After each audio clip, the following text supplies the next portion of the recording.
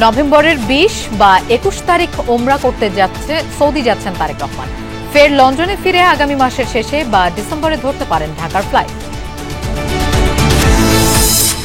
জোট করলেও ভোট করতে হবে নিজ দলের প্রতীকে, ইসির এমন সিদ্ধান্তে আপত্তি বিএনপির। প্রতীক নিয়ে কমিশনের সাথে এনসিপির মতদ্বৈততা কমছে না, তালিকার নীতিমালা তৈরির পরামর্শ। আমাদের দেশে ইলেকশন কমিশন কাগজে কলমে পারলো কারো কাছে অ্যাকাউন্টেবল না। কেন দেওয়া হচ্ছে না বা কেন দেওয়া হবে তার ব্যাখ্যাটা ইলেকশন কমিশন শুধুমাত্র যে পলিটিক্যাল পার্টির জন্য দেবে তা না, জনগণের জন্য দিতে হবে।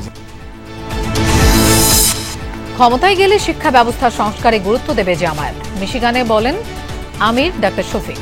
দুর্নীতির মূলোৎপাটনের আশ্বাস। নারায়ণগঞ্জে বিসিক শিল্পনগরীতে গ্যাস লিকেজ, ডাইং কারখানায় বিস্ফোরণ। বার্ন ইনস্টিটিউটে ভর্তি 6 শ্রমিকের মধ্যে 2 জনের অবস্থা আশঙ্কাজনক। পাবনার বাঙ্গাবাড়িয়া এলাকায় ট্রাকের চাপায় 2 শিক্ষার্থী সহ 3 জন নিহত। ঢাকামুখী মহাসড়কে 1.5 ঘণ্টা বন্ধ ছিল যান চলাচল।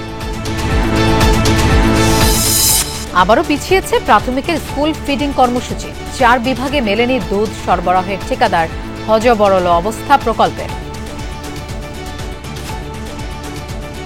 যারা টাকা নিয়ে আসে না অথবা আনতে মনে থাকে না, তারা এমনি খালি পেটে ক্লাস করে। আমাদের দুধ দেবে, ডিম দিবে, প্রতিদিন কলা দিবে, এটা আমাদের উপকার।